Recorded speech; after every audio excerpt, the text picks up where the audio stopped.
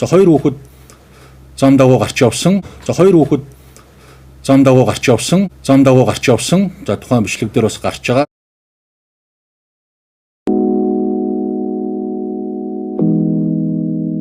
Зам дагуу гарч явсан. Одоогийн байдлаар нэг хүүхэд нь эмнэлгийн эмчилгээ хийлгсэн доктортой байна. Нэг хүүхэд бол эмнэлгээс гадуур энэ доктортой байна. Хоёр хүүхдийн байдал юм байгаа.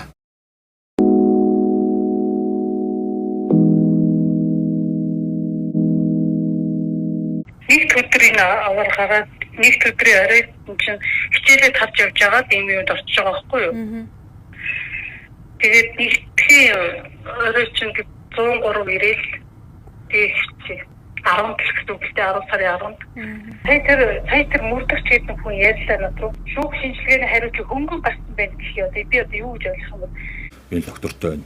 Хоёр хүүхдийн байдал юм байгаа. Ингэж айхтар гэсэн юм одоо хөнгөн гэмтлэх би бүр ойлгохгүй. Энэ доктортой байна.